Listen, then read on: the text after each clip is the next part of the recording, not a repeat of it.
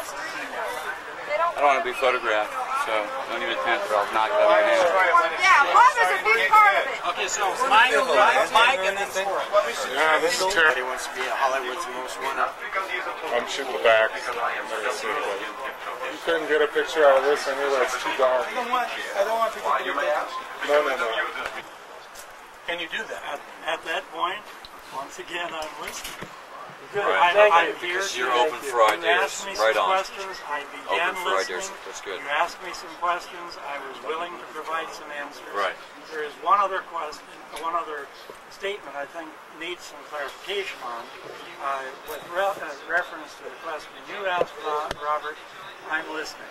I don't have a direct response. That's correct. Okay.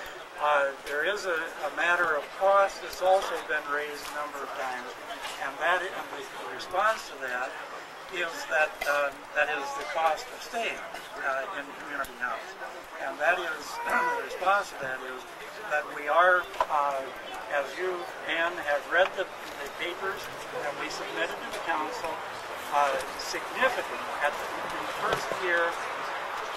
Virtually all of the program costs, the operating costs, will be subsidized.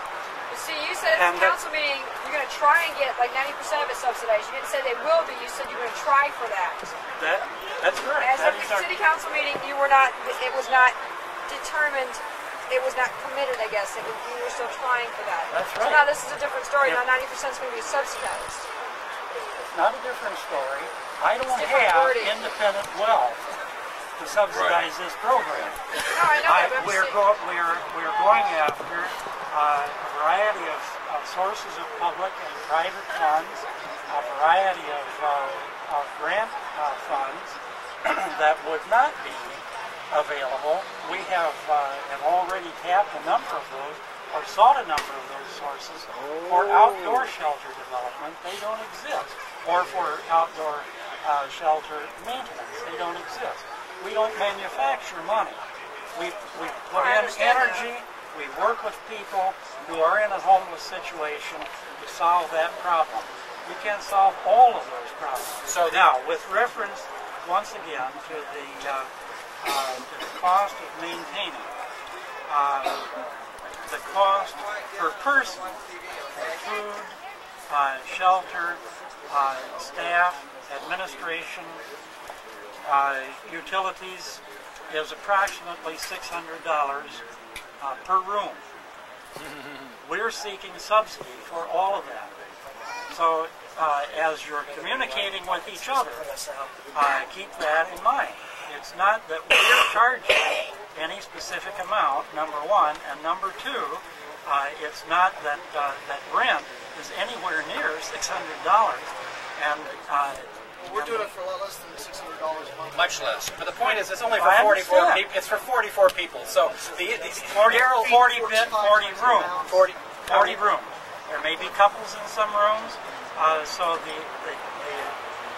number that you want to keep in mind that has been permitted for camping by the city in this location is 75.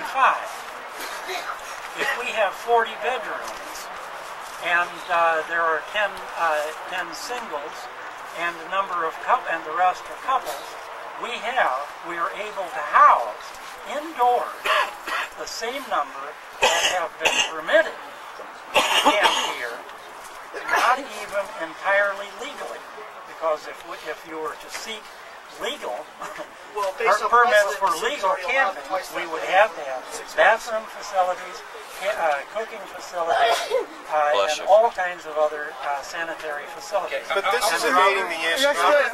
I must just respond to you on one matter. This is really on the issue, Daryl. The issue is can we keep it open winter? You said that we had passed on to other agencies. I'll keep it when I'm speaking.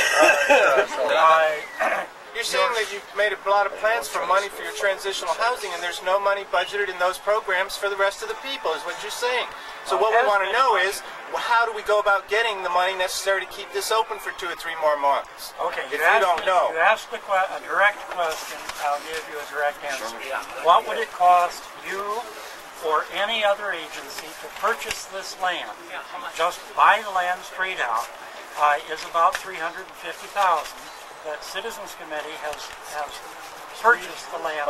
The land's donated. The land's donated. So buy, the land's donated. Okay, now let's get back to the business of the meeting, folks. Daryl is going to listen to what we're doing in the meeting, and hopefully he will go back to the Citizens Committee with a recommendation of one sort or another that they not attempt to do what they did on November 2nd, destroy people's property by forcing them to move, thrust them off the area that they've been living in. Well, what I've heard, that's already been concluded. Bygone. Right, well, it may be concluded that is really what I want to talk about here today, because if enough people are willing to resist that action, Citizens Committee may feel, because they are the Citizens Committee for the homeless, as they call themselves, that it may not make such good press for them to be dumping people off this property. Obviously, the press don't matter because they've already concluded with the program. I think it does matter. I think it does matter. Then why is this? That's why I'm here today. Then why is this already enforced? This is Nothing is enforced. We are here right now. The campground is still here. They wanted to destroy it on the 2nd. Campers resisted it. The campground is here. The question is, can we keep it here? Or do we want to keep it here? What is it for how much longer? What does it require to keep it here? Do people want to do calling it a campground. This is not a campground. This is not even close to a campground. It's not a campground. All right. So please. It's not a campground. I have a question for Daryl. Daryl, what percentage of the present residents of this community would qualify for the transitional housing? Because I think there are... Right. All of the residents potentially could qualify. The young people, minors, free housing? Minors would not. Minors would not. So all of the minors. What about people who are self-medicating, using alcohol and drugs? Alcohol and drugs. Prescribed medication is no problem. For what? It is intended to be a clean and sober facility, which means You see what's happening? no alcohol and no See what's happening? no illegal drugs. Yeah. So my sense is that there's a proportion of this community, and maybe a high number, who would not qualify for this transitional housing, Daryl. And in which case, what can you say to these people? Where are they to go? And What's going to happen when 100 or 150 people who don't want to go to the armory wind up in the streets here of Santa Cruz County, wandering around and cold and desperate? What do you think that might wind up costing the county of Santa Cruz? Like maybe a hotel like the one that just burned down in Baltimore today that cost the city $3 million because some homeless were trying to start a fire to keep warm in the goddamn cold. What's it worth to you to keep these people in one place that's healthy and sanitary and where they feel comfortable and can go about trying to get their business taken care of in this city in productive ways without being obstructed? So, what is it worth, and what will you do to help us get the money to keep it open for 2 or 3 months or find an alternate site next year? That's all we need to know. Okay, let me just give you one brief response about what it's worth to me. It's worth a tremendous amount to me in my money, my time, my intelligence, my energy to work with you to find solutions, real solutions to real problems. I'm not going to pass you off as a category of human beings or a category of the populace. I'm here to listen to your concerns. I just ask that you understand I'm taking them very seriously. There is a variety of responses to these real needs. Don't expect that I'm going to have snap answers. I won't insult you with snap answers to either rhetorical or real questions. He didn't come here We're for we're working on a solution to problems. He didn't come here to answer questions. well, I think the answer is that we have to provide the answers. That's what we're here for. We're here to provide the answers. And if we provide our own answers, they may decide they want to do some answering fast because they don't like our answers. Can I put an answer to that? The answer is, what is it worth? Well, it looks to me that it might be worth at least $1 million, because when I look at all these people here, and I remember last year, Stefan's only person who could help Stefan and not rip him off, die over there at the Michelin Tire front door. And when I start seeing that life like that is worth $1 million, so $1 million for life that we can stop the deaths that had happened last year, and I know at least 5 people died because of weather-related incidents or just troll busting. And I think $1 million to cover 250 people is nothing to keep them alive. So, Ned, do you want to say something? Yes. I like living on the land. I intend to stay living on the land, and my tent is enough shelter for me. I don't see any point in trying to move me into a house when I don't want to be in a house. I don't want to be behind walls. I want to be on the earth just like the Indians were. So I'd like to ask right now, just a sort of straw poll for my own interest, how many people intend to leave the area how many people intend to stay here if they direct people to move under the threat of arrest? One hell of a battle to get you off the throne. A hell of a lot more of this still out there. Well, I count 12 people. Now, of course, people can change their minds. This doesn't commit you in any way to anything. But, you know, I just wanted to get some sense of sampling, and everybody always tells me never do I this. plan on staying here. It's a safer place to go. Right.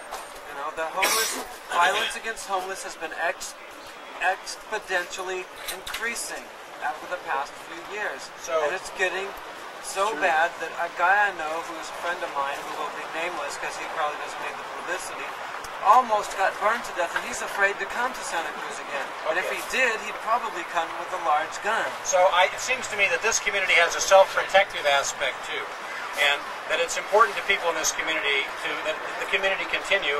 And Daryl hopefully will be hearing that. I know he does hear it. Anybody who's listening can hear that. And the question is, how can we make sure that that happens? How can we facilitate it? How can we? Is that our objective? Because I've heard there's some other suggestions. People have said, well, if there's a better spot, maybe we can go to the better spot. If the city council comes up with a better spot, if that happens, we can have another meeting. You know, we can change our plans. But it seems to me right now the question is, the Citizens Committee for the Homeless has the option to close down, pull the plug on this thing any day, and direct everybody like they did on November 2nd to get the fuck out. Or try to do that. Now the question is, if we go to the community, if community members take their tents and set them up here and say, good, if you're going to take away those homeless people, you'll have to take us away too. There might be a possibility of persuading the Citizens Committee that their fundraising efforts would not be assisted by this kind of decision. What's that? What do you need an alternative plan when we're already in existence? Well, this is something that's the alternative. What he's No. What I'm saying is, yeah, right. We should. I agree with you. We should keep the campground is in existence. It's not a campground. This area is in existence, doing what it does, right? Okay. So this living space is being used by people who are trying to make the best of it, and it is overcrowded, and people are working at it as best they can.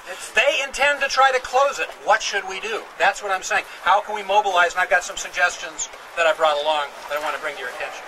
I think that.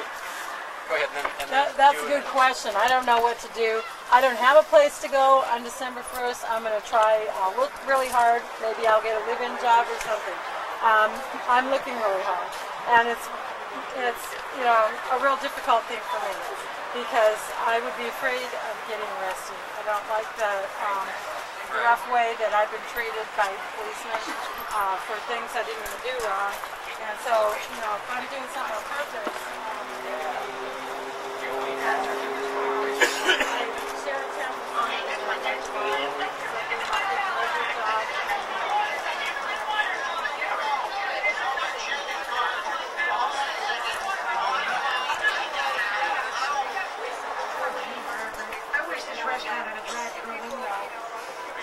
That's their job. They want to be part of that's why tourists come to Santa Cruz. I have taken personal toll over the summer just out of curiosity to see how many people, you know, just wonder, you know, what brings you to Santa Cruz. A lot of times they'll say, I like to see the variety of faces, the different cultures, the different people, the different personalities, that can live together. The key word is together.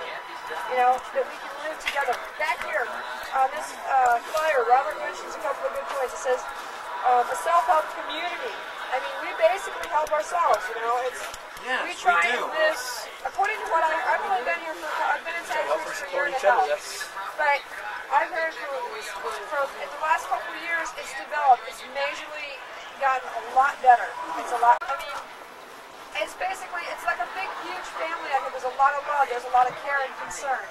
There's incidents that happen to no place. According to our statistics, 1 out of every 12 motorcycles need new brake pads. I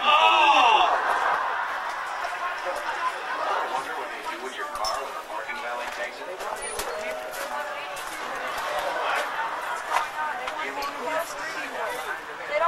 Right now, I can hear them loading. If we go right now, they're going to be crossing in 15 minutes. We've been up here before, man. You got great sunset shots. Let's head down.